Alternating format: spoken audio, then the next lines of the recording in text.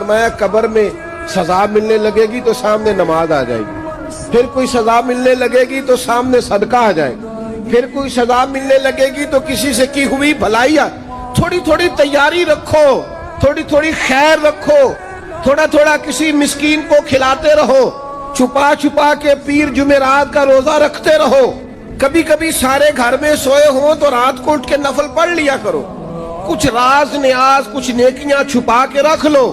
وہ بڑا کریم ہے، یہ جو چھپی ہوئی نیکیاں ہوتی ہیں ان پر بڑا ہی فضل فرماتا ہے، وہ بڑی مزیدار کام آ جائیں گی، ان کا بڑا نتیجہ نکلے گا، صبح قیامت بڑا اعزاز ملے گا، اللہ کے حضور پذیرائی ہے ان نیکیوں کی۔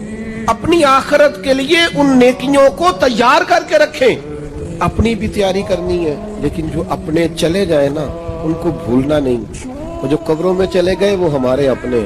کچھ قبریں نا بڑی شکایت کرتی ہیں، قبرستان جائیں تو قبریں شکایت کرتی ہیں کہ زمانہ گزر گیا ہے کوئی آیا نہیں۔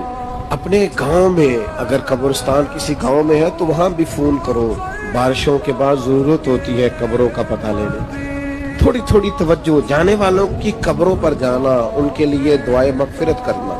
یہ ذرا حدیث پاک کی گہرائی دیکھنا کتنی ہے۔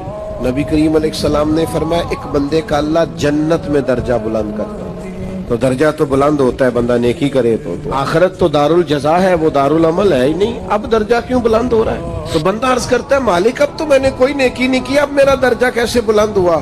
تو اللہ فرمائے گا تیرے پچھلوں نے تیرے لیے دعا کی ہے، بخش میں نے پہلے دیا ہے، لیکن اب جب وہ دعا کریں گے تو تیرے درجے بلند کر دیے جائیں گے۔ یہ جو ختم شریف ہے یہ ماہانہ یا سالانہ نہیں، یہ روزانہ، ہر روز کچھ نہ کچھ اصالِ ثواب، ہر روز دعائے مغفرت، ہر روز جانے والوں کو یاد کرنا۔ میں آپ سے ایک بات عرض کروں، مجھے آج تک کسی نے بلایا نہیں ختم کے لیے کہ میرے پردادا کا ختم ہے۔ آپ گئے کبھی کسی نے دعوت دی ہو پردادا جی کا ختم؟ بولو زیادہ سے زیادہ دادا، کوئی بڑی مشکل سے، ورنہ والد تک لوگ رہتے ہیں۔ کیوں بھول گئے ہم نسل نہیں ہے ان کی؟ پردادا نہ ہوتے تو دادا ہوتے تھے، ہم بھول جاتے ہیں اپنے بڑوں کو۔